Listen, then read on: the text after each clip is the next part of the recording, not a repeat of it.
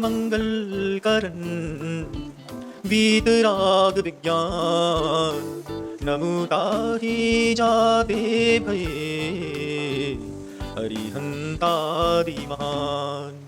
जो विद्यादि सागर सुधी, जो विद्यादि सागर सुधी गुरु है हितैषी। शुद्धात्म में निरत नित्य हितोपदेशी। वे पाप की स्मृति में जल है सयाने। पूजूं उन्हें सतत केवल ज्ञान पाने। पूजूं उन्हें सतत केवल ज्ञान पाने। अहिंसा परमो धर्म की। परम पूज्य आचार्य भगवंत गुरुदेव श्री विद्यासागर जी मुनि महाराज की, समस्त मुनि संघ की।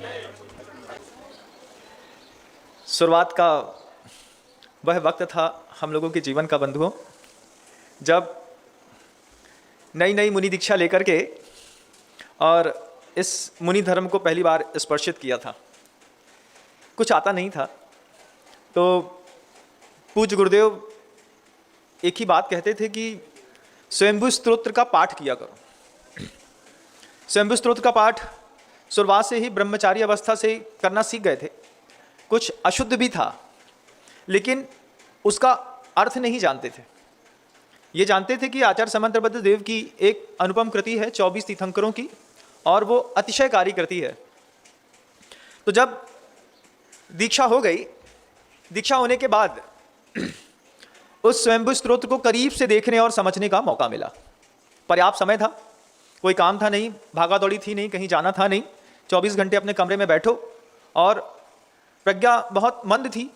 सब कुछ आगम सिद्धांत, शुरुआत में पहले ही दिन का जैसा बच्चा होकर के भी बच्चा पैदा नहीं कर सकता, ठीक वैसे ही पहले दिन का साधु होकर के भी साधना के सारे शब्दों को और मार्ग को समझ नहीं सकता। तो बहुत कम समझ में आता था। गुरुदेव ने कहा पुरुषार्थ किया कर। तो हमारे साथ हमारे अग्रज मुनि श्री विशाल सागर जी महाराज, जो अभी सहपुरा में अपना चातुर्मास कर रहे हैं, हम दोनों साथ में बैठते थे। कई बार बहुत लंबा समय हम लोगों ने साथ में गुजारा, और उनका क्षयोपशम मेरे क्षयोपशम से 1000 गुना ज़्यादा था। वो मुझे समझाते थे, मुझे समझ में आता था कई बातें। तो हम दोनों बैठ करके स्वयंभू स्तोत्र की टीका लगा रहे थे। एक एक शब्द का अर्थ निकालते थे, अर्थ से फिर उसका और अर्थ निकालते थे। क्योंकि गुरुदेव ने एक बार बहुत अच्छी बात कही थी। गुरुदेव ने मुस्कुराहट देते हुए एक बात कही थी कि लोगों को जोड़ने से और शब्दों को तोड़ने से अर्थ निकलता है। अर्थ 2 जगह से निकलता है, लोगों को जोड़ने से और शब्दों को तोड़ने से अर्थ निकलता है। तो वो शब्द हम लोगों को गुरुदेव के याद थे कि लोगों को जोड़ने से और शब्दों को तोड़ने से अर्थ निकलता है। तो शब्दों को उस समय तोड़ने का जीवन था हम लोगों का। एक शब्द को पकड़ते थे और उसके जितने टुकड़े हो सकते थे उतने टुकड़े करते थे, और हर टुकड़े में एक रस, एक नया स्वाद रहता था। जैसे कोई एक प्रश्न हो, आप उसका 50 बच्चों से उत्तर पूछिए, तो 50 के 50 बच्चे उसी प्रश्न का ऐसा अजीबोगरीब उत्तर देते हैं कि जो अपनी कभी कल्पना में भी नहीं रहता। ऐसे ही वे शब्दों को जो आचार्य समंतबद्ध देव ने लिखे थे, उन शब्दों को जब हम और मुनि श्री विशाल सागर जी महाराज दोनों बैठ करके तोड़ते थे, तो हर शब्द से एक नया शब्द निकलता था। वो दिन मुझे याद आता है कि जब हम लोग तिलवारा घाट में थे, और वहाँ पर मतलब हम लोगों का ये स्वाध्याय का क्रम चला करता था, क्योंकि दिन में बहुत ज़्यादा समय रहता था, कुछ नहीं करना तो 2 काम थे कि एक प्रतिक्रमण याद करो और दूसरा स्वयंभू स्तोत्र को समझने का प्रयास करो। इससे भाव भाषणा बनती रहेगी। तो गुरुदेव के आशीर्वाद से भगवान शीतलनाथ स्वामी का वह स्तोत्र है, उसमें एक शब्द के ऊपर उस दिन हम लोगों की चर्चा चल रही थी। बहुत अच्छा प्रसंग है बंधु। चर्चा चल रही थी कि शीतलनाथ भगवान का स्तोत्र जब आता है तो उसमें एक पंक्ति आती है, स्वजीवते काम सुखे चतस्नया दिवा श्रमार्ता निसी शेरते प्रजा। एक शब्द, इस लाइन को कह करके आचार्य समंतबद्ध स्वामी ने अपने शब्दों के माध्यम से संसार की स्थिति प्रकट करी। संसार दिवा श्रमार्ता निसी शेरते, पूरे दिन मेहनत करता है। जैसे ही नींद खुलती है वैसे ही उसकी मेहनत शुरू हो जाती है। कब तक करता है? जब तक वो निद्रा की आगोश में दोबारा ना पहुंच जाए, तब तक उसका पुरुषार्थ चलता रहता है। और अनेक पर्याय, अनेक जन्म, अनेक मरण सिर्फ इसी कारण से हो गए। किस कारण से? तो आचार्य समंतभट्ट स्वामी कहते हैं स्वजीवते काम सुखे चतुष्णया। उसको 3 चीज चाहिए। स्वयं का जीवन चाहिए, उसके लिए वो जिंदगी भर और जीवन भर सुबह से लेकर शाम तक पुरुषार्थ करता है अपने जीवन के लिए। हमें जिंदा रहना है, जिंदा रहने के जितने साधन संसाधन वो घर के अंदर जोड़ सकता है, चाहे वो एक बाहर दरवाजे के बाहर पड़ा डस्टबिन हो और चाहे तिजोरी में रखा हुआ सोने का सिक्का हो, वो सब कुछ उसके जीवन का ऐसा अंग है कि उसके बिना उसका जीवन संभव नहीं है। गृहस्थी में घर के अंदर जा करके किसी भी पुद्गल पदार्थ को आप देखिएगा, वो उस घर के अंदर रहने वाले जीव को जीने में सहयोग प्रदान करता है, और उसको सहयोग प्रदान करते करते कितनी बड़ी गृहस्थी हो जाती है किसी को पता भी नहीं चलता। आचार्य समंतभट्ट स्वामी कहते हैं कि वो जीवन भर पुरुषार्थ सुबह से लेकर शाम तक स्वजीविते अपने जीने के लिए करता है। अपने जीने के लिए वो जितना पुरुषार्थ कर लिया, उस जीवन से रस निकालता है तो क्या काम का रस निकालता है। स्वजीविते काम सुखे च तृष्णया। अब उसको अपने जीवन में पुरुषार्थ करके बहुत पदार्थ इकट्ठे कर लिए, उसमें से भी वो रस निकालता है काम सुख का। काम सुख क्या है महाराज? काम सुख, कामेंद्रिय शरीर में 2 मानी गई हैं। एक रसना को कामेंद्री माना गया है और दूसरा स्पर्शन इंद्री को कामेंद्री माना गया है। तो जो रसना इंद्री है, इसका सुख भोगने का वो निरंतर अभ्यासी है। उसने सुबह नाश्ता कर लिया, सो के उठते ही साथ बैठी ले ली, खा लिया, पी लिया, सब कुछ कर लिया, लेकिन भोजन का सुख जो होता है, गुरुदेव कहते हैं वो सुख नहीं है। भोजन का सुख मात्र 2 मिनट का होता है, लेकिन उस काम सुख की कल्पना में बहुत ज्यादा स्मृति में सुख मिलता है। आपने सुबह का भोजन कर लिया, सुबह का भोजन करने के साथ ही अब पेट में गया घाटी, हुआ माटी, उसका स्वाद तो नहीं आ रहा। अब काम सुख का सुख आपको कैसे मिलता है आप देखिए। आपको स्पर्शन इंद्रिय संबंधी हो या रसना इंद्रिय संबंधी हो, आपको काम सुख का सुख मिलता है चिंतन करने से। कभी आपने भी चिंतन नहीं किया होगा ऐसा, क्योंकि शरीर की आदत है, शरीर बहुत जल्दी थक जाता है। आप स्पर्शन इंद्रिय के किसी भी सुख में अपने शरीर को गाफिल करके देख लीजिएगा, 15 मिनट में शरीर थक जाता है। 15 मिनट में, 5 मिनट में, 10 मिनट में स्पर्शन संबंधी आपका काम सुख खत्म हो गया। आप रसना संबंधी सुख देख लीजिए, रसगुल्ला मुंह में है, बहुत अच्छा लग रहा है, चबा रहे हैं, वो सुख कितनी देर का था? जब तक वो जीभ से नीचे नहीं उतरा, चला गया। काम सुख 2 मिनट का, 3 मिनट का या 5 मिनट का बंधु हो, रसना इंद्रिय संबंधी या स्पर्शन इंद्रिय संबंधी भी, दोनों में से कोई भी आप ले लीजिए। तो आचार्य समंतभट्ट गुरुदेव कहते हैं कि पूरा का पूरा जीवन इस काम सुख में चारा है। काम सुख में सुबह से लेकर शाम तक मेहनत करता है। जिंदगी रहने के लिए उसको काम सुख की तलाश रहती है। काम सुख दिमाग में स्थिर कितनी देर रहता है, ये उसने कभी कल्पना नहीं करी। आपने कभी करी? आपको लगा कि आपके जीवन में काम सुख की स्थिरता कितनी देर बनी रहती है? जब आप काम सुख को भोग रहे होते हैं, उस समय सुख की कोई उपलब्धि आपको नहीं होती बंधुओं, ध्यान रखिएगा। जब आप उस सुख की कल्पना कर रहे होते हैं, सुबह का भोजन कर लिया, सुबह का भोजन करने के बाद आपके जीवन में एक कल्पना आ गई, शाम को तो मैं फुल्की खाऊंगा चाहे कुछ हो जाए। अब क्या है, अभी अभी आपके पेट में पर्याप्त से ज्यादा भोजन डाल दिया गया है, लेकिन जीव की एक प्रवृत्ति है, वो सुबह होते साथ ही शाम की चिंता करने लगता है। और सुबह ही सुबह महिलाएं जैसे भोजन इत्यादि से निपटते हैं तो तुरंत ही उठते हुए पति से पूछ लेते हैं, अभी से बता दो शाम को क्या खाओगे, बाद में परेशान नहीं करना। उनने बता दिया भैया पेट तो बहुत भरा है, तो एक काम करना, थोड़ा सा नमकीन, थोड़ा सा भेल, थोड़ा सा फुल्की, थोड़ा सा कचौड़ी, थोड़ा सा ये, थोड़ा सा वो। उसने बता दिया और चला गया। अब वो दिन भर दुकान में व्यस्त है, पत्नी अपने काम में व्यस्त है, लेकिन उसके मन के अंदर काम सुख का निरंतर चिंतन उसको सुख दे रहा है।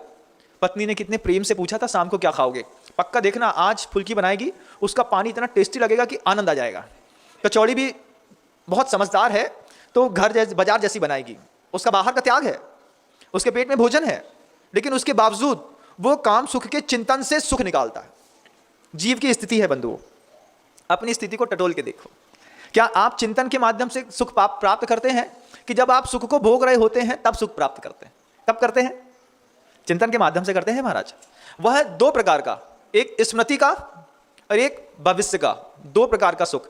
रसगुल्ला खा लिया, 2 मिनट का सुख था, लेकिन अब गाना गा रहे, बे चाची गजब का रसगुल्ला बनाती है, गजब का भाई, ऐसा गजब का टेस्ट था कुछ पूछो मत। तो भैया तुम ये कितनी बार कितने लोगों से तारीफ कर रहे हो? आप जितनी बार तारीफ कर रहे हो, क्या उतनी बार आपको उस रसगुल्ला खाने का सुख मिल रहा है? नहीं मिल रहा है, लेकिन बोलने का सुख मिल रहा है। यह है जीव की स्थिति कि जीव को जब तक वस्तु प्राप्त नहीं होती तब तक उसके सुख के चिंतन में उसके पूरे दिन रात गुजर जाते हैं।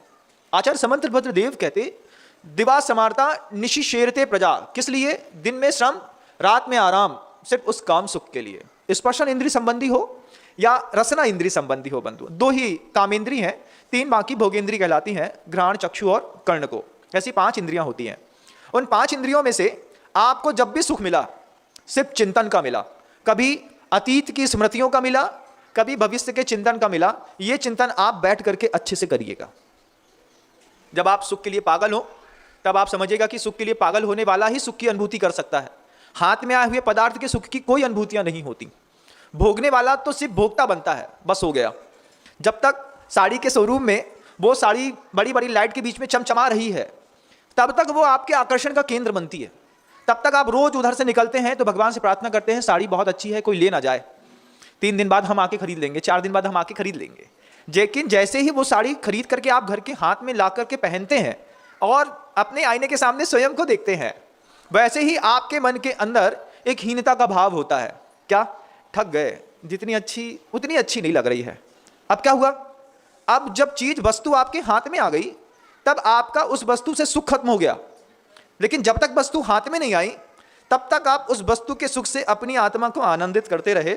ऐसी भ्रम की स्थिति संसार में रहने वाले प्रत्येक जीव की प्रत्येक समय बनी रहती है और इसीलिए उसकी एक अनकही दौड़ पूरी दुनिया में चलती रहती है बंधु। आचार्य समंतभद्र स्वामी सीतानाथ भगवान का स्तोत्र पाठ करते हुए उन्होंने अपने शब्दों में लिखा कि इस काम सुख से ये जीव आत्मा बहुत ज्यादा ग्रसित है। जीव ग्रसित है तृष्णा के दुख से। काम सुखे च तृष्णया, उसको तृष्णा उठती है अंदर ही अंदर, बार बार बार बार। तो तृष्णा जब शब्द आया और ये काम सुख शब्द आया तब हमारा और विशाल सागर जी महाराज के बीच में संवाद शुरू हो गया।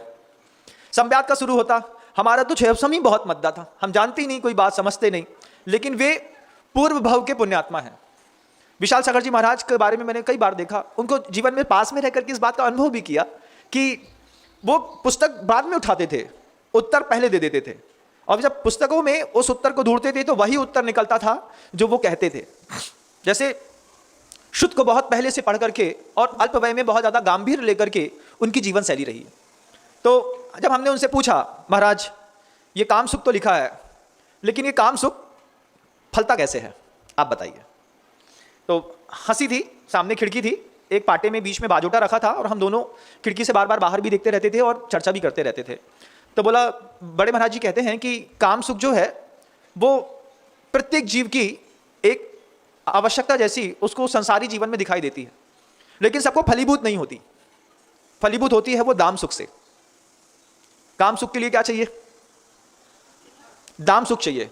बोले सुख की स्थिति भिखारी की हो, गरीब की हो, एक रिक्शा चलाने वाली की हो, भीख मांगने वाली की हो, उसके जीवन में भी काम सुख है। और एक अमीर आदमी के जीवन में जो बहुत बड़ा धनाढ्य है, अच्छा पैसा वाला है, धन संपन्न है, उसके जीवन में भी वही तृष्णा है जो एक भिखारी के जीवन में तृष्णा है। बंधुओं, आप किसी स्तर पर एक हैं, गुरुदेव का हाइको है, किसी वेग में पढ़े हो या अपढ़, सब एक हैं। जब शरीर में किसी बात का वेग चढ़ता हो तो उसमें बौद्धिक स्तर पर बहुत प्रवीण व्यक्ति हो या बिल्कुल निचले स्तर का व्यक्ति हो, दोनों बिल्कुल एक दिखाई देता है। तो महाराज श्री हम लोगों को हमें बता रहे थे कि बोले कि देखो विनम्र, ये जो काम सुख है ना, ये काम सुख तो रिक्शा वाले के मन के अंदर भी रहता है। अपन रिक्शा वाले का कुछ नहीं चाहते, रिक्शा वाले को छूना नहीं चाहते, किसी भिखारी को अपन उसके वस्त्र को देखना नहीं चाहते, उसके घर में जाना नहीं चाहते, उसके फर्नीचर को, उसके कुछ भी वस्तु सामग्री को छूना नहीं चाहते। हर चीज़ ऐसा लगता है जैसे बहुत ज़्यादा अपवित्र है। तो एक मनुष्य की क्या स्थिति है कि एक भिखारी के जीवन का कुछ भी स्पर्श नहीं करना चाहता, लेकिन उसके सुख में उसकी जैसी मानसिकता है वही मानसिकता एक अमीर आदमी भी रखता है। दाम सुख दोनों को काम सुख के लिए प्रेरित करता है। गरीब के पास काम सुख तो है लेकिन दाम सुख नहीं है। दाम सुख आ गया तो वो दाम सुख, हमने पूछा महाराज जी से, महाराज दाम सुख क्या करेगा? बोले दाम सुख के भी 2 काम हैं। दाम सुख जो होता है जिसके जीवन में पैसा बहुत ज़्यादा फलीभूत हो जाता है, लगे कि दुकान खूब चलती है और पर्याप्त से ज़्यादा इनकम होती है, तो एक स्थिति जीवन में ऐसी आती है कि उस पैसे को खर्च करने की, कमाने के, उसके भाव धीरे धीरे मनुष्य के खत्म हो जाते हैं। फिर उसको क्या लगता है कि इस पैसे के माध्यम से जितना काम सुख मुझे प्राप्त करना था मैंने कर लिया, अब मुझे इस दाम सुख के माध्यम से नाम सुख प्राप्त करना है। कैसे शब्दों को तोड़ने से, लोगों को जोड़ने से अर्थ निकलता है। एक काम शुभ शब्द को हम लोगों ने मात्र उस दिन पकड़ा था बंधु, और उस पर चर्चा चल रही थी। महाराज बता रहे थे कि देखो, इंद्रिय विषय के भोजन सामग्री इत्यादि में जैसी लिप्सा गरीब की है वैसी अमीर की भी है। अमीर को अमीर के पैसे के माध्यम से काम का सुख मिल जाता है। हमने कहा पैसा और क्या करता है, तो फिर दूसरे शब्द को महाराज श्री ने पकड़ा, कि दूसरा शब्द पकड़ा। समंत बस स्वामी खुद कह रहे हैं, जैसे ही जीवन में धन आता है व्यक्ति की तृष्णा और बढ़ती चली जाती है। सूत्र भी है, लाभात लोभम प्रजायते, जितना लाभ होता है उतनी लोभ की वृद्धि होती चली जाती है, और आदमी उसमें धीरे धीरे कितना फंसता चला जाता है पता नहीं चलता। तो महाराज श्री हम लोगों को बता रहे थे कि देखो, इस दाम सुख के माध्यम से काम सुख फलीभूत हुआ, लेकिन अब यही दाम सुख जो है आदमी इस पैसे को छोड़ करके नाम सुख में चला जाता है। क्या मुझे अपनी इज्जत कमानी है, अपना स्टेटस बनाना है, पैसा खर्चा करके, दान दे करके, कई चीज़ों में, चैरिटेबल ट्रस्टों में चैरिटी करके वो अपने बड़े बड़े चैरिटेबल ट्रस्ट के नाम लगाता चला जाता है। फलाना चैरिटेबल ट्रस्ट है, हम पैसा तो देंगे, हॉस्पिटल आप चलाइएगा, आप पूरा मैनेजमेंट संभालिएगा, सिर्फ हमारी माता जी का एक नाम की पट्टी बस छाप दीजिए। वो जो नाम की पट्टी मंदिरों में छपी रहती है बंधुओं, जिसमें हजारों नाम लिखे रहते हैं कि इनकी कृपा से ये बना, ये बना, ये बना, ये बना। इन सारे लोगों के जीवन में जब भी आप किसी का नाम पढ़िएगा, नाम पढ़ के उसके अतीत में जाकर के उसकी छवि खड़ी करके ये बात सोचने के लिए अपने चिंतन को लेकर के जाइएगा कि इस व्यक्ति के पास दाम था, इसने दाम बेच करके नाम सुख कमाया है, ना कि दान किया है। क्योंकि या तो आपको दान की फल मिलेगा या नाम का फल मिलेगा। तो पैसा देकर के आपने नाम का फल कमा लिया। हम क्षेत्र में एक कमरा तो देना चाहते हैं, लेकिन ऊपर एक मार्बल में स्वर्णाक्षरों में हमारा, हमारे बच्चे का, हमारे, उनका, सबका नाम। और आप लोग शांति धारा में भी यही करते हैं। 11,000 21,000 रुपए की शांति धारा ले ली, अब वो बल्दियत पूरी गिना देते हैं, फलाने चंद के नाती, फलाने की माँ, इसके ये, इसके वो, 4 बच्चे, फिर पत्नी, फिर ये, फिर वो। अब वो पढ़ने वाला सोचता है कि भैया 11,000 रुपए की तो बोली ली थी और 11 पीढ़ी के नाम लिखा दिए। अब 11 की 11 पीढ़ी का नाम 11,000 की बोली के लिए साधु पढ़े। ये क्या है? नाम सुख है। इससे ऊपर होता है, विशाल सागर जी महाराज कहते हैं नम्र, इससे ऊपर होता है राम सुख। लोग, जनता काम सुख में पड़ी है, कुछ लोग दाम सुख में, तृष्णा में गाफिल हैं, कुछ लोग नाम सुख में लगे हैं। अपन सब ऐसा बोलते हैं, अपन सब इन सब से हट गए, अपना एक नाम है राम सुख, अपना नाम है माला जपो, राम का नाम लो। वो राम सुख भी 3 तरीके से जीवन में घटित होता है। शब्द को तोड़ने से, लोगों को जोड़ने से अर्थ निकलता है बंधुओं। एक शब्द को लेकर के हम लोग कितना संवाद करते थे सिर्फ हम लोग जानते हैं, और वो जीवन का वो स्वर्णिम समय था कि हम चाहें भी तो वो स्वर्णिम समय अब लौट करके वापस नहीं आ सकता। मन की इतनी निश्चलता थी, इतना निर्द्वंद जीवन था, कुछ नहीं करना था। गुरुदेव की वरदानी छांव के तले अच्छे खूब सारे शावक मिलते थे, चौका मिलता था। आप जहां चाहें अपनी इच्छा के अनुसार आहार कर लें, जैसा चाहिए है वैसा कर लें, और उसके बाद आ करके माँ जिनवाणी की गोद में, जैसे बच्चा माँ की गोद में सिंहासन समझ के बैठ जाता है, गुरुदेव कहते थे ऐसी माँ जिनवाणी के प्रकाश में जाकर के चुपचाप बैठ जाओ, इसी का सुख है जीवन में। अभी मिल रहा है। गुरुदेव कहते थे इस बात को, जब तक यहाँ हो तब तक बहुत अच्छा समय है, बाहर जाने के बाद जवाबदारियां दिखाई देंगी महाराज। अभी जितना पढ़ना है पढ़ लो। उस समय खेलते थे, अब पढ़ते हैं। कहीं ना कहीं तो मेहनत करनी ही पड़ती है बंधु। महाराज बोलते हैं कि राम सुख भी 3 प्रकार का। राम सुख में एक सुख है जब आप राम के जीवन में प्रवेश कर लें, साधना का सुख, कि आपके जीवन में हो सकता है आप त्याग बहुत ज़्यादा ना कर पाए, हो सकता है आपके शारीरिक स्थितियों में आपको किसी भी पदार्थ को छोड़ने पर बहुत ज़्यादा प्रतिकूलता पैदा होती हो। तो महाराज श्री हमेशा कहते थे जब त्याग ज़्यादा नहीं कर पाओ, जब तप ज़्यादा नहीं कर पाओ, तब वैराग्य भाव को ज़्यादा बढ़ाने का प्रयास किया करो। तो वैराग्य बढ़ाओ, साधना का सुख है, बात बात पे वैराग्य बढ़ाना। दूसरा गुरुदेव ने बताया वहाँ पर कि अपने आप में जो है समाधि का भी एक सुख होता है, कि राम का नाम लेने वाले दिगंबर मुनि महाराज बन गए।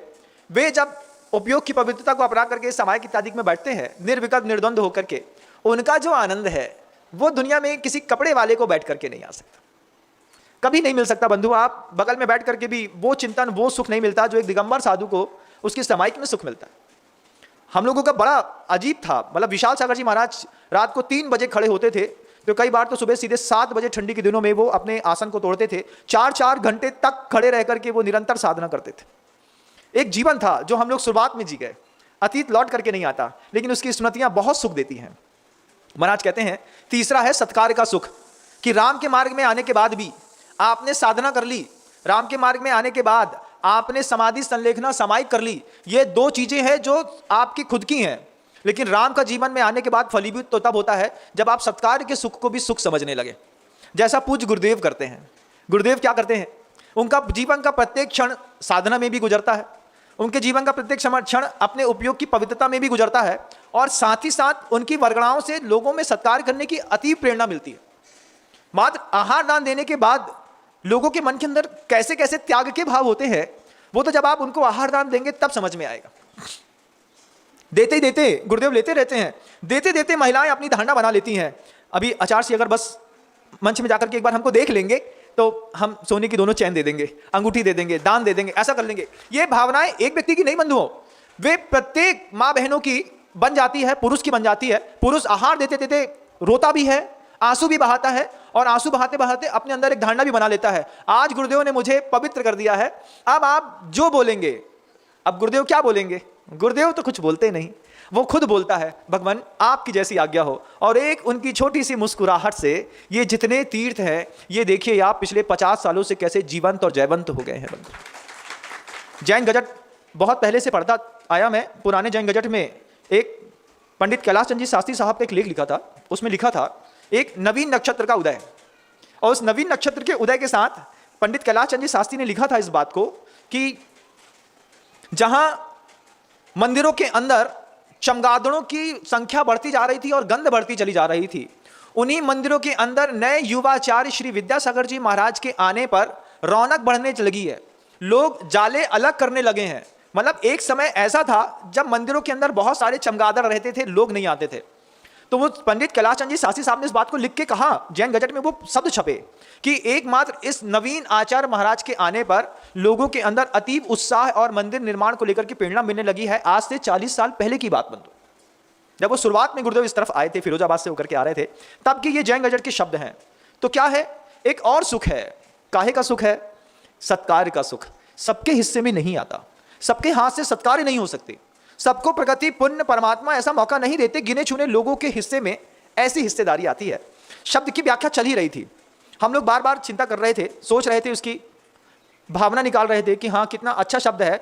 स्वजीवते काम सुखे चतस्नया दिवाश्रमार्ता निशि सेरते प्रजा, कि पूरा का पूरा संसार गृहस्थ जो भी है वो अपने जीवन के लिए, अपने काम सुख के लिए और अपनी तृष्णा के लिए पूरा दिन मेहनत करता है।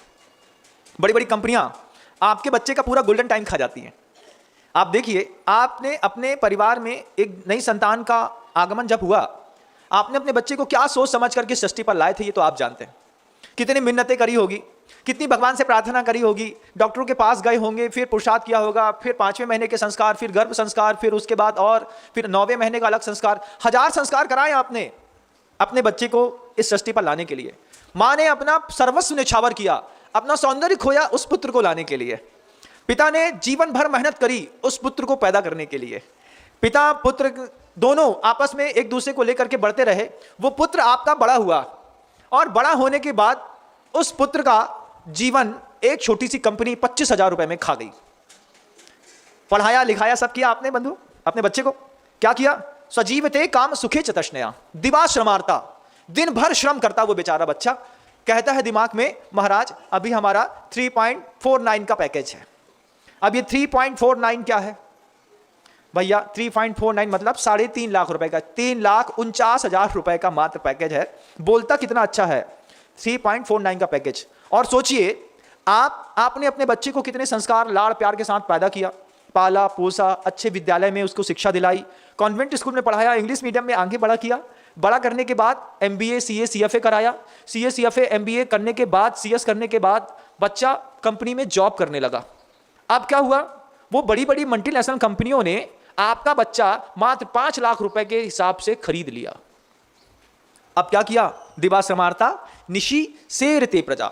आपने जिस बच्चे को 1000 पुण्य वर्गणाओं को एकत्रित करके पैदा किया, उस बच्चे का पूरा जीवन, पूरा दिन से लेकर के रात तक का गोल्डन टाइम कार्ड पंच करने में, लैपटॉप चलाने में निकल गया। ठंडी के दिनों में सुबह 8 बजे उठने तक की इच्छा नहीं होती।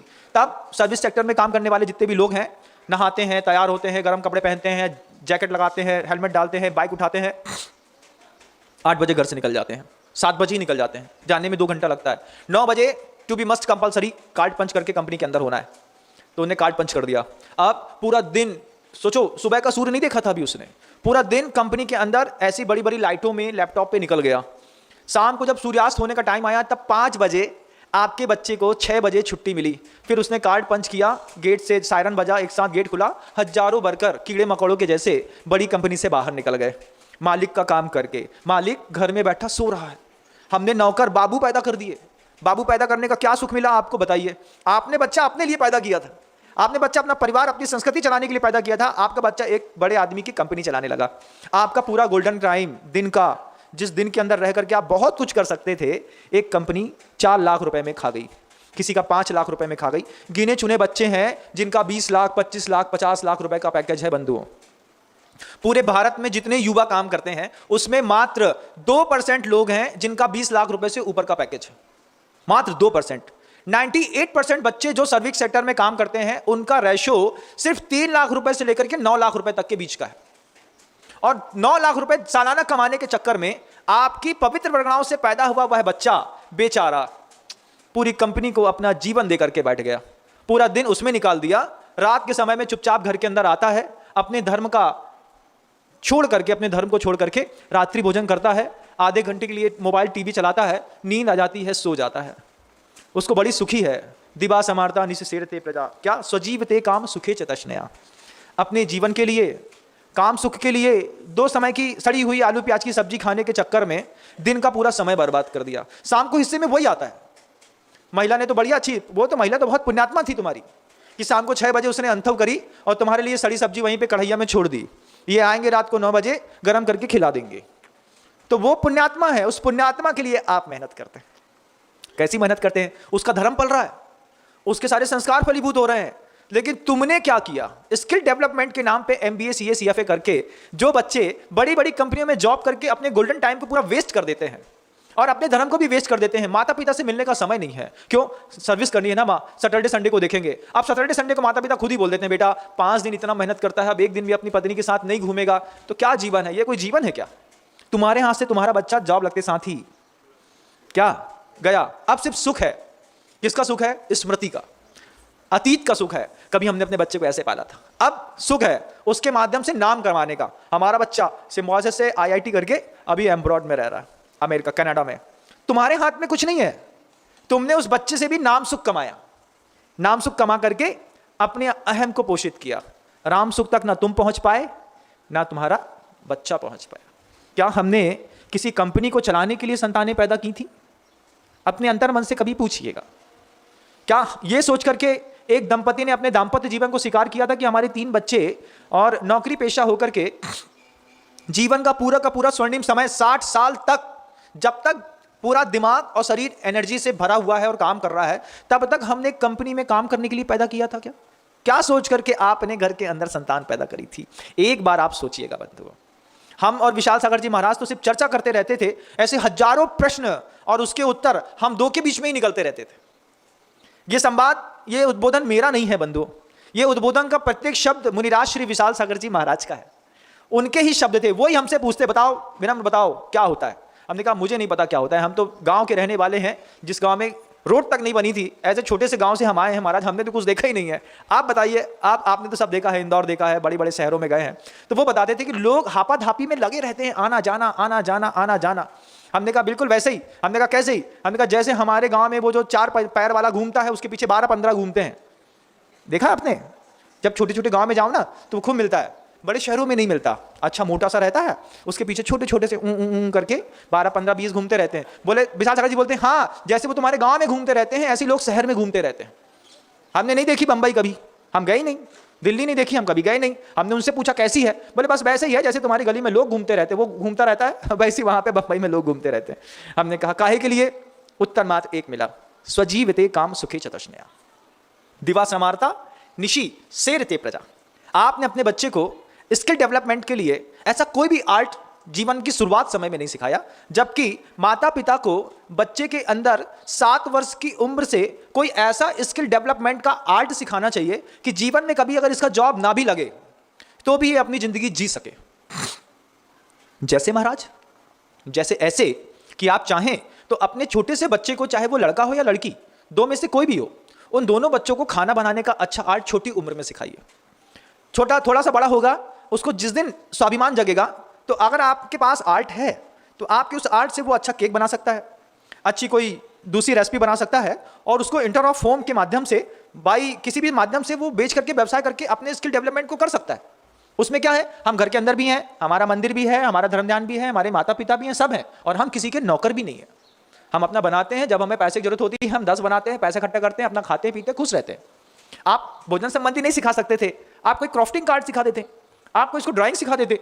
कितने अच्छे बेस्ट पेंटर्स हैं जो सिर्फ 3 दिन मेहनत करते हैं बंधु। हमने उनसे पूछा, कुछ तो हमसे भी जुड़े हुए हैं, हमारे पास आते हैं, हमने उससे पूछा एक कितने का, तो उसने बोला महाराज श्री 3 दिन लगता है, और 3 दिन में एक पेंटिंग तैयार हो जाती है, और पेंटिंग तैयार होने के बाद हमने कहा बिकती कितने की है? बोले महाराज श्री जितने भी हैं नेचुरल कलर्स लगाए हैं, नेचुरल कलर्स की खासियत है कि 200 साल निकल जाएगा, कोई भी कलर फेड नहीं होगा, एक पेंटिंग की कीमत 80,000 रुपये। हमने कहा 3 दिन में 80,000? बोले नॉर्मल है महाराज जी, और उसमें भी महीने में सिर्फ 4 पेंटिंग बनाता हूँ, 4 पेंटिंग बनाया, बाकी फुल टाइम घर के अंदर अच्छे से धर्म ध्यान और मस्ती। हमने कहा ये तो बहुत अच्छा आर्ट है। तो हमने कहा फिर? बोले कुछ नहीं, सिर्फ 4 पेंटिंग। आप इस चीज को गंभीरता से लेकर के इस बात को अपने अंदर सोचिएगा कि आप अपने बच्चे को कॉन्वेंट स्कूल में भेज करके 7 सब्जेक्ट्स के माध्यम से उसको पता नहीं कौन सी अंधी दौड़ में फेंक दिया है। उस अंधी दौड़ से निकाल करके अगर आप अपने बच्चे को आप सिर्फ आचार्य विद्यासागर जी मुनि महाराज के चेहरे का चित्र बनाने की कला भी सिखा देंगे ना बंधुओं, तो आपके बच्चे का पूरा जीवन और पूरी जिंदगी निकल जाएगी। अभी परसों ही मैंने किसी को इस बात को कहा, खाने को नहीं है, भोजन नहीं है, ये नहीं है। हमने कहा कुछ मत करो, सिर्फ गुरुदेव के उस औदारिक शरीर के चित्र का चित्रांकन करना मात्र आप सीख लेंगे। एक एक चित्र की कीमत 20, 30, 40, 50, 70 हजार रुपए कब चली जाएगी आपको पता भी नहीं चलेगा, और कितने घरों में जाएगी महाराज जी। तो ये भी एक बहुत बड़ा, अगर आप सोचें तो बहुत बड़ा मार्केट है। अगर मान लीजिए जैन समाज के अंदर 1 करोड़ लोग हैं, मान लीजिए 50 लाख परिवार हैं जैन समाज के अंदर, आप क्या सोचते हैं आपके हाथ का सिर्फ फनकार के फन की कीमत है, हो सकता है उसी कीमत 500 रुपए भी हो, और वही पेंटिंग अगर आपने मनोयोग से पूरी बनाई है तो 3 दिन में आप 1 पेंटिंग, 2 पेंटिंग, 3 पेंटिंग बनाते हैं, कुछ भी करते हैं, एक एक पेंटिंग से आप 10-10, 20-20, 30-30 हजार रुपए आराम से कमा सकते हैं। ये क्या है महाराज? स्किल डेवलपमेंट, जिसमें आपका बच्चा आपके पास है, आपके बच्चे का धर्म ध्यान भी उसके पास है, उसके पास नाम सुख भी है, उसके पास दाम सुख भी है, उसके पास राम सुख भी है, और उसके पास काम सुख भी है। चारों सुख मिलते हैं अगर आपके बच्चे को आपने छोटी उम्र में कोई बड़ा तजुर्बा दिया है तो। लेकिन हमारे पास फुर्सत नहीं है, हमारे पास इतना समय नहीं है कि हम अपने बच्चे को कुछ क्रिएटिव एक्टिविटी को सिखा सकें। तो फिर हमने क्या किया है, हमने अंधी दौड़ में अपने बच्चे को, जैसे लोग लकड़ी में, चूल्हे की लकड़ी, आग में लकड़ी झोंकते हैं, ऐसे हमने अपने बच्चे को झोंक दिया।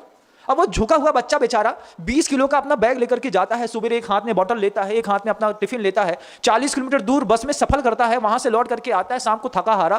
तुमने उसको सुबह का ठंडा चावल तल करके खिला दिया और बच्चे को डेवलप कर दिया, धीरे से बच्चा बड़ा हुआ, उसने MBA में सिलेक्शन हो गया और पूरी जिंदगी का गोल्डन टाइम एक कंपनी खा गई। आप चाहते तो क्या नहीं कर सकते थे, लेकिन इस तरफ हमारी दृष्टि ही नहीं जाती। कोई भी ऐसा, आज हैंड वर्किंग की कितनी बड़ी कीमत है आप सोचिए। अभी मिर्जापुर के ऋषभ कुमार जी हैं जो एक बहुत बड़ी इंडस्ट्री चलाते हैं, जिनका विदेशों में 27 देशों में काम चलता है बंधुओं।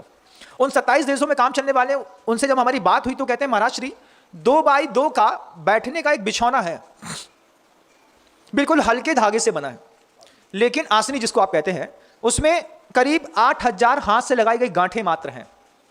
हर गांठ का मूल्य कितना है हमने पूछा, तो वो बोलते हैं क्या सोच सकते हैं महाराज श्री आप बताइए, एक गांठ का मूल्य 1 रुपए। सिर्फ धागे में गांठ बांधने का मूल्य है, सही तरीके से गांठ बांधते बस धागे से बनती है। एक कारीगर को एक 2x2 का पीस बनाने का 8,000 रुपए मिलता है महाराज श्री। 8,000 से ज्यादा गांठें हैं। बिकता कितने में है? बोले विदेशों में हाथ के कारीगरी की इतनी कीमत है महाराज श्री, हम जो बोलते हैं उस रेट में बाहर चीज निकल जाती है। विदेशियों ने कभी नहीं कहा कि इसका दाम कितना है, क्योंकि जो समझदार व्यक्ति होता है वो कभी भी बहुमूल्य वस्तु का मूल्य नहीं लगाता, पूछता है बताओ देना कितना है। और वो बताते हैं ऋषभ कुमार जी की आसपास के पूरे क्षेत्र में समृद्धि सिर्फ इस बात से है कि हाथ से बने कालीन, हाथ से बने पैड, हाथ से बनी दुनिया भर की चीजें, सारे आर्ट यहां से सीधा उठाते हैं और फॉरेन कंट्रियों में 28-30 देशों में लोगों की दीवारों में यहां के लोगों के व्यक्तित्व कला दिखती है और लाखों रुपए में एक एक कालीन बिक जाता है। आप अपने बच्चे को बहुत कुछ सिखा सकते थे अपने साथ में रख करके, लेकिन आपने पता नहीं कौन सा विज्ञान सीखा, पता नहीं बच्चे को किस अंधी दौड़ में डाला है। बेचारा सुबह से लेकर रात तक अपने बचपन को खो रहा है, कुछ नहीं आता उस बच्चे को, आप देखते तक नहीं है उसको। और सूत्र तो आचार्य समंतपद गुरुदेव ने लिखा, गुरुदेव ने कही ये बात कि पूरा का पूरी जिंदगी गृहस्थ की सिर्फ 3 चीज में निकल जाएगी, स्वजीविते काम सुखे च तृष्णया दिवा समारता निशिशेर ते पजा। नीचे के शब्द सामंत स्वामी ने आचार्य भगवान शीतलनाथ भगवान की स्तुति करते हुए कहा, तमार नक्तम दिम्मत पर्वतवान न जाग रे वात्म विशुद्ध वर्तमनी। आप कैसे हैं भगवान कि आपने काम सुख का हनन कर दिया। दुनिया में प्रत्येक व्यक्ति की नाक काम ने काटी, जिनेंद्र भगवान ऐसे हैं जिन्होंने काम की नाक काटी, सिर्फ जिनेंद्र भगवान ने। तो बोलते आप कैसे हैं, आप ना दिन में सो रहे हैं ना रात में, तमार नक्तम दिम्मत परमत्तमान न जाग रे वात्म विशुद्ध वर्तमनी। आप विशुद्ध अपने राम सुख में रमे हुए, वे सामायिक में रमे हुए भगवान, आपने काम सुख को, जीवन के सुख को, आपने तृष्णा के सुख को छोड़ करके और निद्रा के सुख को छोड़ करके जो आपने आत्मस्थ हो गए, इसके लिए आपके चरणों में मैं अबोध बारंबार नमस्कार करता हूं। क्या वैभव है तीर्थंकरों का, और उन तीर्थंकरों के उन शब्दों से हमें अपने जीवन शैली को व्यवस्थित करने के संकेत आज भी सीखने की आवश्यकता है। आज भी हमें समझना है कि हम अपने बच्चे को बहुत ज़्यादा जिस रेस में डाल करके उसको बहुत ज़्यादा प्रेशराइज कर रहे हैं। बच्चा सीए हो गया, लेकिन सीए होने के बाद डिप्रेशन में चला गया, दिन भर रो रहा है। एमबीए सीए सीएफए करने के बाद बच्चे के अंदर कितना डिप्रेशन है आप देखिए। तो आप अपने बच्चे को उसके जीवन के जीने के लिए दूसरी कला भी सिखा सकते थे। जयपुर का एक बहुत अच्छा मतलब श्रावक है, सौरभ करके है उसका नाम, जो जमीनों में पेड़ पौधे उगाता है, आईआईटीएन है। और आईआईटी होने के बाद विदेशों में नौकरी करने के बाद अपनी पत्नी को लेकर के वापस आ गया और खेती करने लगा। बच्चे को स्कूल से बाहर निकाल लिया, छोटा सा बच्चा था, 4th क्लास में पढ़ता था। स्कूल से जैसे उसकी चेतना गुरुदेव के प्रवचनों को सुनकर के जगी कि स्वदेशी अपनाओ, देश में रहो, देश का विकास करो, वो इतना इंस्पायर हुआ गुरुदेव से कि आकर के उसने अपने बच्चे को स्कूल से निकाल लिया और सामने ले जाकर के खेत में ले जाकर के खड़ा कर दिया। 12 साल के बच्चे को खेत में खड़े हर फसल की जानकारी है। वो बोलता है ये सरसों है, 30 दिन पुरानी हो गई है, 60 दिन और लगेगा। ये मक्का है, इस मक्के में अभी 15 दिन बाकी हैं। ये ज्वार है, इसको कल नहीं काटी तो परसों ये पीली पड़ना शुरू हो जाएगी। छोटे से बच्चे से पूछा सब आता है? बोलते हाँ पापा जी हमको रोज लेकर के जाते थे, हमको अब सब आता है। ये क्या कर दिया? सौरभ से पूछा क्या किया सौरभ? ये बोले महाराज जो एक अच्छा आईआईटी नहीं कर सकता, वो 14 साल की उम्र में ये बच्चा सब सीख गया। इसको खेती का हर हुनर आता है, इसके पास जमीन है, इसके पास हुनर है, स्किल डेवलपमेंट के इसके पास सारे काम है। हमने इसकी ऊर्जा थ्योरी पढ़ने में खराब नहीं करी, हमने इसको स्टार्टिंग से प्रैक्टिकली लाइफ में इन्वॉल्व कर दिया है। आगे चल करके आप देखिएगा ये पूरा का पूरा एक्वा मास्टर माना जाएगा। जल और जमीन से जुड़े हर जानकारी सौरभ ने अपने बच्चे को दी। और कहते हैं वो सौरभ की महाराज जी आप देखिएगा 21 साल की उम्र आते आते इसके हाथ से निकली हुई एक किलो दाल की कीमत 300 रुपए होगी और लोग लाइन लगा के खरीदेंगे। और समय गुजरा नहीं, अभी उनने उस बात की देख ली। आप लोग भी देखते होंगे अपने व्यवहारिक जीवन में कि जो ये पेस्टिसाइड से बनने वाले जो फूड्स हैं या फिर अनाज हैं, उसकी कीमत में और ऑर्गेनिक की कीमत में कितना अंतर आता चला गया है। आपके घर का जो दूध है वो 30 रुपये 40 रुपये लीटर है और गिर गाय का शुद्ध दूध आज 110 रुपये लीटर बिकने को तैयार है। उसके पीछे भावना और भाव क्या है कि अलग तरीके से व्यक्ति ने अपने व्यक्तित्व को और व्यक्ति ने किसी वस्तु को डेवलप किया है। ये कला स्कूलों में नहीं मिलती है। फिजिक्स केमिस्ट्री मैथ लाइफ में कोई काम नहीं आती बंधुओं। अपनी लाइफ चलाने के लिए कभी आप आंख बंद करके भी पूछिएगा, अपने आप से पूछ के सोच के देखिएगा, क्या जिंदगी जीने के लिए कभी फिजिक्स काम आई? केमिस्ट्री आपकी लाइफ में आपको ग्रोथ देने के काम आया? नहीं आया। मैथ काम आई? नहीं आई। जीवन के सारे गुणा भाग पुण्य के सामने फेल हो जाते हैं, सारी फिजिक्स फेल हो जाती है, सारी मैथ फेल हो जाती है बंधु। जीवन जीने के लिए तो कुछ और ही कला चाहिए।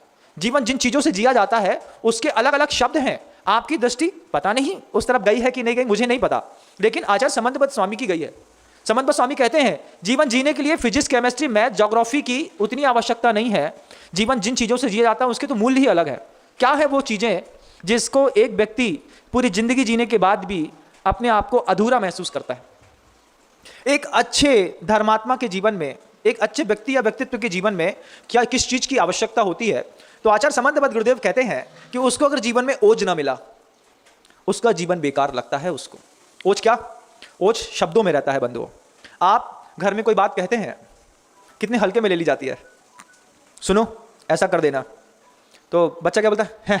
पापा है, बकाने की तो आदत ही है उनकी, जब देखो तब कुछ ना कुछ बोलते रहते हैं। क्या कितना दुख लगता है ना अंदर, जब घर के अंदर अपनी कोई बात की कीमत नहीं होती। अपन ने बहुत प्रेम से कहा पत्नी से या माँ से कि सुनो शाम को दोस्त आने वाले हैं, थोड़ा अच्छा बना लेना। पत्नी ने मैं हल्के लेके भूल गई, आपके दोस्त आ गए, फिर आप पत्नी से एक्सपेक्ट कर रहे हैं तुमने कुछ अच्छा बनाया होगा, लेकिन पत्नी ने आपकी वो 2 शब्दों को बिल्कुल हल्के में ले लिया था। उसने घर में कुछ भी नहीं बनाया, कुछ भी नहीं बनाया। अब आपका पारा 7वें आसमान में। सुबह बताया था ना 5 घंटे पहले। अब पत्नी से क्या कर सकते हैं? थोड़ा तेज बोल सकते हैं, लेकिन रहना तो उसी के साथ है। रहना उसी के साथ है, तेज नहीं बोल सकते ज़्यादा देर तक, उसको मारा कुटी नहीं कर सकते। फिर आपको अंदर ही अंदर अपने अंदर दुख की अनुभूति गहरी होती है। क्या जिंदगी में मैंने सब कमाया, घर के अंदर इज्जत 2 कौड़ी की है, मेरे कोई भी शब्द की घर के अंदर कोई कीमत नहीं है। आदमी जीवित रहता है बंधुओं शब्द के ओज से। आप एक बार देखिएगा कि आपके शब्दों की आपके घर के अंदर कितनी कीमत है। कीमत है किसकी है? थोड़ा कोई एक आध आदमी बताए कि मेरे, हाँ महाराज श्री, मेरे शब्दों में बहुत कीमत है, घर का प्रत्येक व्यक्ति मेरी बात को सुनता है। नहीं है। आपके जीवन को जीने के लिए ओज चाहिए था, आप फिजिक्स में लगे रहे। आपके जीवन को जीने के लिए तेज चाहिए था, लेकिन आप कॉस्मेटिक में लगे रहे। जीवन में तेज क्या है महाराज? तेज वो शरीर का ऐसा अपूर्वभूत सौंदर्य और सौष्ठव है। आप किसी 17 साल के बालक को देखिएगा, 17 साल के बालक की शरीर की जो स्किन है वो ऑटोमेटिकली ग्लो करती है। अपने आप उसके शरीर से जो पसीना निकलता है, उस पसीने से भी उसके शरीर में चमक दिखाई देती है। तो लोग दूर से देख करके बोलते हैं देखो क्या चमचमा रहा है। यह जरूरत थी आपकी, लेकिन आपके उस काम सुखे चतस्न्या इसका दुरुपयोग करने पर आपके शरीर से आपका पूरा तेज चला गया। अब उस तेज की अपेक्षा में आप अपने जीवन को आर्टिफिशियल कॉस्मेटिक के बीच में डाल करके अपने तेज को मेंटेन करने के लिए आप एवरी टाइम तैयार रहते हैं। यह अतृप्त आकांक्षा नहीं है, यह जीवन का वो तत्व है बंधुओं जो आपको जीवन भर चाहिए था। आपको इसकी लालसा है, तब तो आप जाकर के किसी पार्लर में जाकर के अपनी हेयर स्टाइल चेंज कराते हैं, सेट कराते हैं, अपने आईब्रोज बनवाते हैं, अपने आप को और फ्रेश महसूस करते हैं, पाउडर लगाते हैं, लक्स साबुन लगाते हैं, पता नहीं क्या क्या लगाते हैं। तो क्या ये जिंदगी जीने के लिए? नहीं। इस जीव की एक अतृप्त आकांक्षा थी जिससे उसका जीवन चलता था कि मेरे जीवन में तेज हो। लेकिन आपके घर में, आपके शरीर में कोई तेज नहीं बचा। आपके गाल धस गए, यहाँ पे पिंपल्स हो गए बहुत बड़े बड़े, एक यहाँ से यहाँ तक 7, 8, 10 दाग दिखाई देते हैं। आप क्या करें महाराज? एक पहले प्रीमियर मारते हैं, फिर फाउंडेशन मारते हैं, फिर A40 मारते हैं, फिर 9 to 5 मारते हैं, तब जाकर के जब 8-10 पेंट शरीर में पड़ जाता है, तब जाकर के फिर हमारा ग्लो दिखाई देता है। तब लोग बोलते हैं क्या तेज है। वो तेज सिर्फ जो चेहरा दिखाता है वो जानता है, अंदर से हम शून्य में खड़े हैं। वो गया कैसे जीवन से? शरीर से वो रौनक रंगत कैसे चली गई? और वही रौनक और रंगत गुरुदेव के एक एक अंग से कैसे झलकती है आप देखिएगा। किसी को अगर अपने जीवन में कुछ पाना था तो आप गुरुदेव से देखिए कि ये क्या चाहत थी मनुष्य की, और जो चाहत थी वो उनको सब मिली है। हर एक शब्द के गुरुदेव की कीमत है, एक एक शब्द की। कोई उनके किसी भी शब्द की अवहेलना नहीं करता, हर एक शब्द को सिरोधार्य करता है। आपके हर एक शब्द की घर के अंदर अवहेलना होती है। उनके शरीर का सौंदर्य और तेज देखिए बंधुओं आप, कि पूरे शरीर में औदारिक दृष्टि इतनी पवित्र है कि उनके चेहरे के पसीने से आज भी उनका चेहरा किसी 16 साल के बच्चे के जैसा ग्लो करता है। उनको, जबकि ना उनको कुछ लगाना है, ना उनको कभी नहाना है, ना उनको कभी कुछ पोंछना पाछना कुछ करना है, उसके बावजूद गुरुदेव की पूरी औदारिक देह कैसी चमचमाती है। जितना आप लैक्मे का फाउंडेशन 9 to 5 लगा करके अपने आप को नहीं चमचमा पाते, उतना गुरुदेव का प्रत्येक अंग चमचमाता है। यह मनुष्य के जीवन की आवश्यकता थी, इसका भी एक अंदर भाव था। लेकिन उसकी तरफ ना जाकर के हम अपने बच्चे को फिजिक्स केमिस्ट्री मैथ में बेचारे को फंसा के बैठ गए। वो फंसा है बेचारा, परेशान होता है काम का मारा, तुमने उसको वहां पे लगा दिया। क्या मिल रहा है सोचो आप। आपके बच्चे को, सबसे पहले आप अपने बच्चे को एक बार माता पिता को आत्ममंथन करके उसको टटोल लेना चाहिए कि हमारे बच्चे का बौद्धिक स्तर कितना है। हमारा बच्चा 99% लेकर के आने वाला है, हमारा बच्चा 70% लेकर के आने वाला है, हमारा बच्चा 30% वाला है, हमारा बच्चा 35% वाला है कि 20% वाला है। एक बार माता पिता बच्चे का ऑब्जर्वेशन तो कर लो, क्योंकि माता पिता हैं, पारखी नजरें हैं। ऑब्जर्वेशन करने के बाद बच्चे को छूट दे दो, बेटा 3rd डिवीजन भी आए तो चलेगा, लेकिन फेल नहीं होना। जब आप ऐसी छूट दे देते हैं, बच्चे का डेवलपमेंट शुरू हो जाता है। लेकिन आपने ऐसी छूट नहीं दी, आपने पकड़ तो लिया कि हमारा बच्चा 35% को लेकर के एवरेज है, लेकिन आपने उसको नॉन एवरेज स्कूल में भेज दिया, आपने उसको भुवंस में भेज दिया, आपने उसको बहुत अच्छे किसी और सेंट्रल पॉइंट में भेज दिया, आपने क्राइस्ट चर्च में भेज दिया, किसी भी बड़े स्कूल में जॉय में भेज दिया, और बेच करके माता पिता उस अतृप्त आकांक्षाओं की दौड़ में अपने बच्चे को घुसा दिए कि 35% का बच्चा था, मास्टर 100% ला के देगा। जब अंदर इनपुट में कुछ है ही नहीं तो आउटपुट कैसे निकलेगा? आप खुद बताइए ना। सबसे पहले आप अपने बच्चे का ऑब्जर्वेशन कर लेते, फिर जीवन कितना अच्छा होता। लेकिन हमने अपने बच्चे का गलत ऑब्जर्वेशन किया, पैसे के दम पे हमने नाम कमाने की सोची और अपने बच्चे के चेहरे से पूरा तेज गायब करा दिया। उसके अधिकारी माता पिता ही हैं बंधु। कितना मेंटल फ्रस्ट्रेशन रहता है जब बच्चा 1.5 नंबर कम लाता है। तब आप देखिएगा कि 10+2 के जब भी रिजल्ट खुलते हैं, पूरे के पूरे पुलिस प्रशासन को हर किसी नदी में, तालाब में अपने आदमी खड़े करने वाले पड़ते हैं कि आज 12वीं का रिजल्ट खुला है, पता नहीं कितने लोग आत्महत्या करने के लिए आएंगे। उनको आत्महत्या करने के लिए रिजल्ट ने प्रेरित नहीं किया, आप उसको लगातार 10 साल से प्रेरित कर रहे हैं, बढ़ो बढ़ो बढ़ो, आगे बढ़ो आगे बढ़ो, और पढ़ो और पढ़ो और पढ़ो। आपने इतना धक्का मारा है, बेचारा आपके माता पिता के धक्के खा खा के जब 12वीं में सिर्फ 3% से बच गया तो उसने सीधे सुसाइड कर ली। रस्सी की दुकानों से रस्सियां खरीदी जा रही हैं, आपको क्या पता कि किस लिए खरीदी जा रही हैं? कपड़े लटकाने के लिए कि लटकने के लिए? तो 12वीं का जब रिजल्ट खुलना होता है तब प्रशासन इतना चौकन्ना रहता है कि भैया रस्सी वाले से भी पूछ लो कौन कहां से क्या कैसा लेके जा रहा है। उन तक कुछ इंस्ट्रक्शन दे दी जाते हैं, इतने mm की रस्सी तुम अभी 15 दिन नहीं बेचोगे। उनसे पूछा क्यों? बोले अभी घटना घटने के सबसे मैक्सिमम चांसेस है, पानी में डूबने के, ऑल आउट पी करके मरने के, सल्फास खाने के। मेडिकल स्टोर्स में बता दिया जाता है कि अगले 57 घंटे तक, अगले 75 घंटे तक आप सल्फास नहीं बेचेंगे। क्यों? बच्चा किसने धक्का मारा है उसको आत्महत्या के लिए प्रेरित कौन कर रहा है? आप, बेचारा आपका बच्चा। कितने पुण्य योग से संस्कार को लेकर के आपने पैदा किया, फिर उसको एक अनकही दौड़ में शामिल करा दिया। आप चाहते तो स्किल डेवलपमेंट का कोई काम उसको घर के अंदर सिखा सकते थे, इतना भागम भाग की कोई जरूरत नहीं थी। एक बच्चे को अच्छा पेंटर बना दिया होता। दुनिया में इतने सारे देवी देवताओं के मंदिर हैं, किसी भी देवी या देवता का सिर्फ वो पेंटिंग करना मात्र सीख जाता। आप सोचिए, क्या आपका बच्चा अपना जीविकोपार्जन नहीं कर पाता? कर लेता, लेकिन आपने उसको वो सब नहीं सिखाया। आपने उसको एक अलग कला सिखाई, physics, chemistry, math, biology, PCM, ये करो वो करो, बेचारे सीए करो, सीएस करो, एमबीए करो, पता नहीं क्या क्या करो। बेचारा बच्चा हाथ से निकल गया। आज वहां पर किसी की जूठन खाता है, बंबई में रहता है, भिखारी लोग भीख मांग करके रोटी इकट्ठा करते हैं, कलेक्टर ऑफिस में कहीं पे जाके कलेक्शन करते हैं। बेई रोटियां जो भीख मांग करके लाई गई होती हैं वो टिफिन वाले पैक कर देते हैं, उसमें सड़े हुए आलू टमाटर भट्टे की सब्जी रख देते हैं। हमारा बच्चा एमबीए में बंबई में बड़ी कंपनी में जॉब करता है, टिफिन खा करके काम चलाता है। कभी उसने ये सोचने की कोशिश नहीं की कि रोटी कहां से आई है। भिखारी पसंद नहीं है, भिखारी के हाथ की रोटी खाने में कोई आपत्ति नहीं है, क्योंकि देखा नहीं है। यह जीवन शैली है बंधुओं आप लोगों की। आप इस तरीके का जीवन जीने में अपने आप को कितना महारथी बना करके बैठ गए। आप अपने बच्चों को आप सोचिए कि कैसी कैसी परिस्थितियों में आपने अपने बच्चे को खुद झोंक दिया है। एक बार अपने बच्चे का ओरिजिनल ऑब्जर्वेशन आप खुद कर लीजिए ना। मंथली टेस्ट होते हैं, यूनिट टेस्ट होता है, डे बाय डे टेस्ट होते हैं। आप पिछले 6 महीने के टेस्ट के माध्यम से अपने बच्चे का एक बार ऑब्जर्वेशन करके उसका एवरेज निकाल लीजिए कि हमारा बच्चा 61% पास आउट है। आप पढ़े लिखे हैं, आप एवरेज निकाल लीजिए, फिर बच्चे को परमिट अलाउ कर दीजिए। 65% से कम आए तो घर के अंदर यह सुविधा नहीं मिलेगी। लेकिन आप 90, 95 और 100% की अपेक्षा मत रखिए। बेचारा 12वीं क्लास में सुसाइड के लिए चला जाता है सिर्फ माता पिता के कारण, और उसके पीछे का मात्र एक सूत्र है, दिवा समारता निश्चित सेरते प्रजा, कि वो दिन भर उसको काम सुख चाहिए है जीवन में। इसलिए आपने बच्चे को भेज झोंक दिया, बेटा तुम्हारी इंद्रिय का सुख कैसे मिलेगा, पत्नी कैसे मिलेगी, तुमको खाना कैसे मिलेगा, लोग तुमको कैसे अच्छा मानेंगे, तुम्हारा नाम कैसे बढ़ेगा, इसलिए पढ़ो पढ़ो पढ़ो पढ़ो। पढ़ पढ़ के अपने बच्चे को झोंक दिया, और फिर यहाँ पे साधु के पास आकर के बोलते हैं महाराज एक ही बच्चा था उसने सुसाइड कर ली, हम क्या कर लें? आत्महत्या के प्रेरित तो आपने ही किया है, नहीं किया। आप जो सुनने वाले हैं बाहर बता दें कि हमने आत्महत्या के अपने बच्चे को प्रेरित नहीं किया। आज जब उसको महंगे से महंगे स्कूल में डालते हैं और जब अपनी वो उम्मीद से ज्यादा इच्छाएं और अपेक्षाएं बना लेता है तब दुख नहीं होता? होता है। आपने बुढ़ापे की लाठी अपने बच्चे को खुद तोड़ी है। आपने, आपका बच्चा अगर किसी अन्य समाज की किसी कन्या को लेकर के और अपना वैवाहिक जीवन विदेशों में जी रहा है, उसके लिए जवाबदार आप हैं।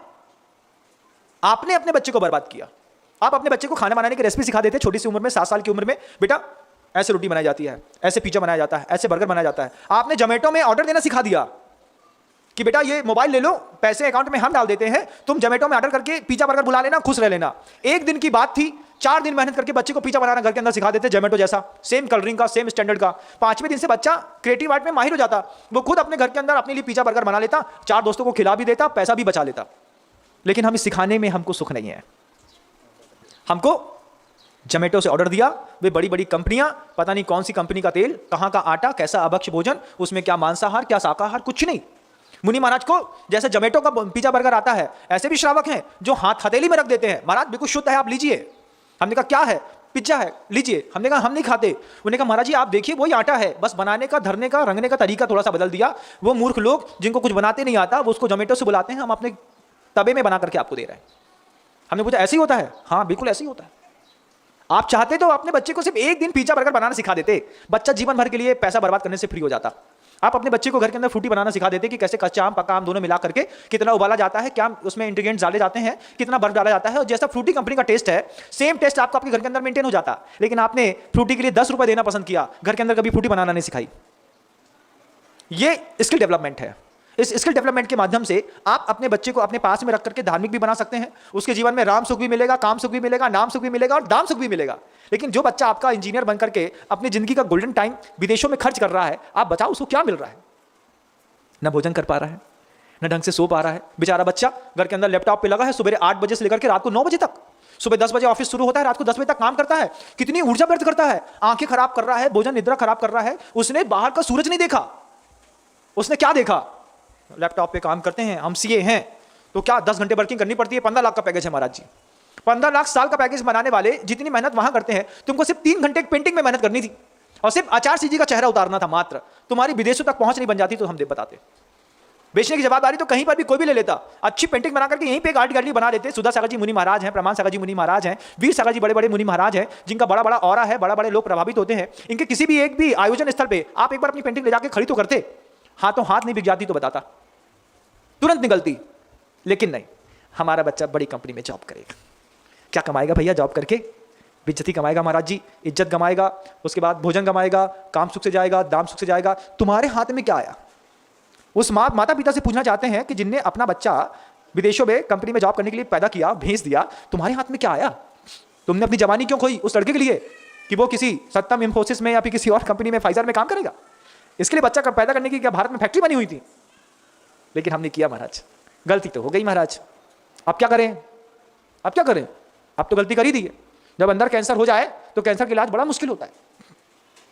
शुरुआत में आप ठीक कर सकते हैं और उसको डेवलप करने की उम्र है। शुरुआत के 7 साल में, जैसे बच्चा आपका 7 साल का हो, 7 साल के बच्चे को बच्चा मत समझिए और अपने बच्चे को इस बात के लिए इंस्पायर कीजिए। गुरुदेव हम लोगों से कहते हैं इस बात को कि देखो भगवान महावीर स्वामी को क्या 30 वर्ष की उम्र में जिंदगी का 70% काम निपटा लिया उनने। अपने बच्चे को इस बात के लिए डेवलप माइंड सेट करिए, उसको पढ़ाइए, उसको ग्रोथ दीजिए थोड़े से पैसे से कि 30 साल की उम्र में जिंदगी का 70% कमाई करके फुर्सत होकर के बैठ जाओ कि अगले जिंदगी का 40 साल बहुत अच्छे से अपनी कमाई जिंदगी से जी सको। लेकिन हमारा बच्चा 80 साल की उम्र तक कमाता रहता है, 60 साल की उम्र तक जॉब करता है, उसके बाद जो बाहर निकल करके किसी प्राइवेट सेक्टर में जाकर के फिर 10 साल मेहनत करता है खाने के लिए। गुरुदेव कहते हैं 30 साल की उम्र में जिंदगी का 70% वर्क फिनिश हो जाए तब समझिएगा शिक्षा आपके जीवन में काम कर रही है। अब गुरुदेव ने तो 25 साल की उम्र में जिंदगी का 100% काम खत्म कर दिया था बंधु। अपना 100% काम से फुर्सत होकर के वो बैठे थे। समय ने अपनी मर्यादाओं से बाहर निकलने की प्रयास में है, इसलिए मैं अपनी वाणी को विराम देता हूं। उद्बोधन के माध्यम से, भगवान शीतलनाथ के स्वयंभू स्त्रोत के माध्यम से, उस पंक्ति के माध्यम से मैंने अपने भाव रखने का प्रयास किया कि स्वजीवते काम सुखे च तृष्णया दिवा समारता निशि सेरते प्रजा, कि पूरा का पूरा संसार काम सुख के लिए, इंद्रिय सुख के लिए, भोजन के लिए, स्पर्शन इंद्रिय के लिए, तृष्णा के लिए कैसे अंधी दौड़ में अपनी संतानों को, परिवारों को झोंकता चला जा रहा है। भगवान आप इन सब से ऊपर उठ करके मुक्ति के उस मोक्ष सुख को प्राप्त कर रहे हैं। आपके चरणों में बारंबार नमस्कार है। उन शीतलनाथ भगवान की कृपा से हमारे जीवन में भी इस काम सुख को अलग तरीके से समझने की शैली और विवेक जागृत हो। इन्हीं शब्दों के साथ वाणी को विराम देता हूँ। भगवान गुरुदेव श्री विद्यासागर जी मुनि महाराज की। जा वाणी के ज्ञान से सूझे लोकालोक, सो वाणी मस्तक नमु सदा देथूं धोप। माँ जिनवाणी भारती तो है जपो दिन रैन, जो तेरी शरणागहे सो पावे सुख चैन।